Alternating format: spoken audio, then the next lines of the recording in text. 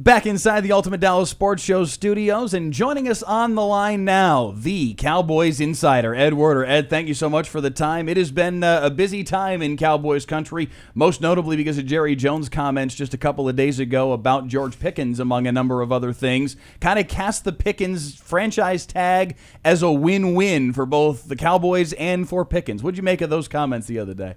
I think Jerry's being a bit disingenuous about this.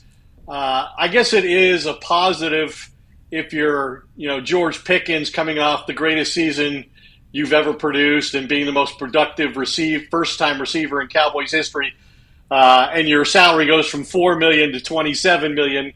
But the reality is he's dramatically underpaid, and the franchise tag allows the Cowboys the opportunity to take advantage financially of one player on the roster by keeping them from free agency. And George Pickens is that player. And the fact that he's not participating in the voluntary phase of the offseason program, I think tells you his perception of this is different than Jerry's. Speaking of Jerry Jones and his comments, he made a couple more pertaining to the international travel that the Cowboys will be doing this season. He said, and I quote, "The wear and tear is a lot less than a night out on the town." What do you make? When's the last time Jerry suited up? Do you know? When's the last time Jerry suited up and got hit, had to recover from a physical beating on the football field? I bet it was in the 60s. I think it's been a minute. What do you make of, I guess, that perspective and the international travel and how you expect that to kind of actually impact this team early in the season? What does it say about Jerry's nights out on the town? That too. Mike? It's why he travels with a bodyguard everywhere he goes. I think it was an entertaining point of view that Jerry shared.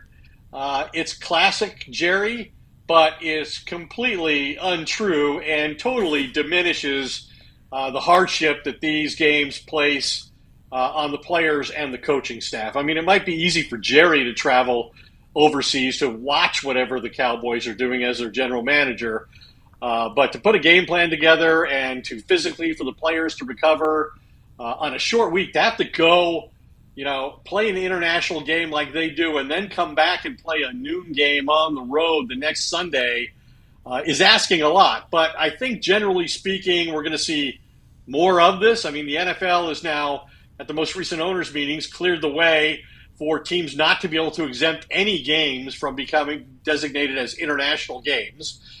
So we're only going to see more international games. There's eventually going to be, 16 of these every season. And probably ultimately there'll be a Super Bowl that'll be overseas somewhere. Ed, given the criticism that the last Cowboys major defensive superstar had with his podcast, how long do you think Caleb Downs will keep his? I think people are completely overstating the impact that Micah Parsons' podcast had on him and his preparation and his performance as far as the time he devotes to it, Every player devotes about the same amount of time to it. It's what he's willing to say. And, doing things like saying Dak Prescott's not one of the top 10 quarterbacks in your rankings, that's detrimental to your locker room and affects team chemistry. And so from that point of view, I totally get why people criticized, Micah Parsons for having a podcast. But that podcast didn't affect the way he played the games. It might have created some difficult situations in the locker room in circumstances like I just described. And hopefully, Caleb Downs will show better discretion in terms of what topics he's willing to address or who ranks in the top 10 quarterbacks in the NFL. So can FIFA, by the way, talk to Jerry about keeping the curtains installed, or is this just a one-off?